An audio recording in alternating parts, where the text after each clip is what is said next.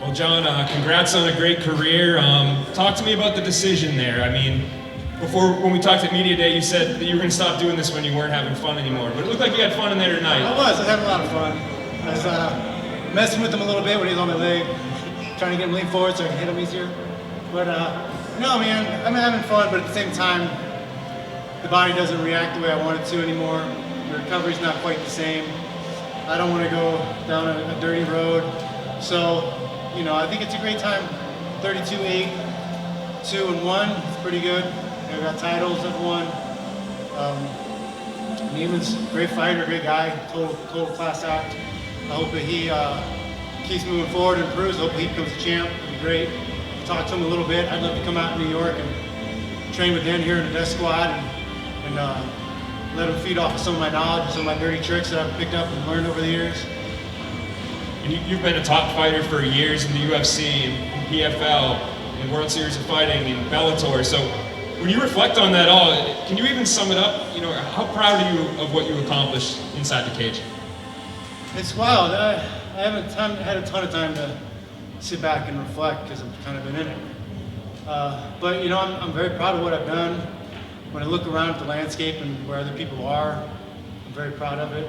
I've had some mistakes here and there along the way that I'm not real proud of, but overall it was a good run. It's something I think my kids will look up to and admire when they're old enough to understand it. Is there any specific moment that sticks out in your head that was your all-time favorite? Anything in your career? Man, you know, two biggest moments were the GSP fight and when I got to fight in Brazil. Just because everything around everything around those fights, the build-up, the experiences, it was all awesome. The World Series title fight was amazing. Fighting Jake Shields in Madison Square Garden was amazing. You know, it's a list of hits. Jon, I talked to you a couple of times this year, and the first time I talked to you, you talked about maybe having 3 fights this year. Was this something, an inkling in your mind, like, hey, if I don't win tonight, I'm going to do this, or is this kind of something in the moment, or like? I said this before, like before the Jake Shields fight.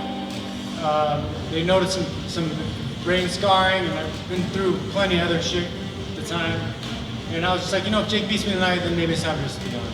And then I won, and then I said it again for the next fight, and the next fight, the next fight. And, you know, I was having a lot of fun for this last one, but at the same time, just training for a fight takes so much of my time away from my kids. And it's unfair to them for me to, okay, I got to take a 2-hour nap. You guys watch TV because I have to take a 2-hour nap. It's not cool. And if I'm not fighting for titles, if I'm not fighting for millions of dollars, like I have some things that I can do. I'm planning on still doing some things, you know, on the other side in MMA and some other places where I'll still be around. You know, so I got ways to make money outside the cage. I'm gonna do that. And you also talked to me about like that one issue with Gracie Jiu-Jitsu and MMA, the transition thing. Now that you faced a Gracie, a pretty good one, he did pretty good against you. What do you think of Gracie's in MMA? Oh, he did great. And we talked a little bit about me coming out and get to train with him a little bit. Because, I mean, there's little things that he was doing to me, and I was like, oh, if you knew this, I'd be in a lot of trouble. So, yeah, there's definitely some things I could help with, but, like, you know, he's definitely a better man tonight. We'll see where he's at when he's 42. So I'm just curious to know, what's next for you? Do you have any interest in being a coach, going into MMA commentating? Tell us what you have next in mind. I don't want to talk too much about it, but I'm thinking about getting into the business of helping fighters build their brand. Because that's a major problem with a lot of guys right now, because it's not all about fighting and winning fights. Promoters want you to have a buzz around you, regardless of whether you're in the cage or not. They want you to have, you know, 50 to 100,000 social media followers. They don't want to have to tell people who you are. They want people to know who you are. I think there's a need in the market where I might be able to fit in and help some people out in that way. Everybody benefits, and promoters benefit, and so do the fighters. All right, we're going to take 1 or 2 questions from the internet. Jay? Congratulations, Jon, on a heck of a career wrapping up tonight. We know retirements in MMA don't always stick. It sounds like you're pretty set, but is there anything that would get you back? $1 million. Supposed to do the pinky. There it is. There we go. Good stuff, man. But like, you know, just the amount of time it takes to train for a fight, it really does take time away from my family. and I'm not comfortable with that. So if I was making more money and I could pay nannies to like do all the stuff I need to be done, and I could still be there for the kids, that'd be great. But it's just not where it is right now. I've been doing this 18 years. I've had over 40 fights. I think it's a wrap. Giancarlo.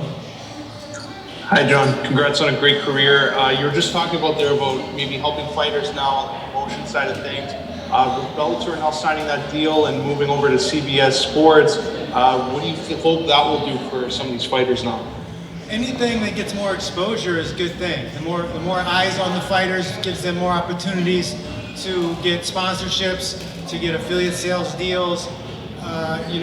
More eyes is just more money. Thank you, John.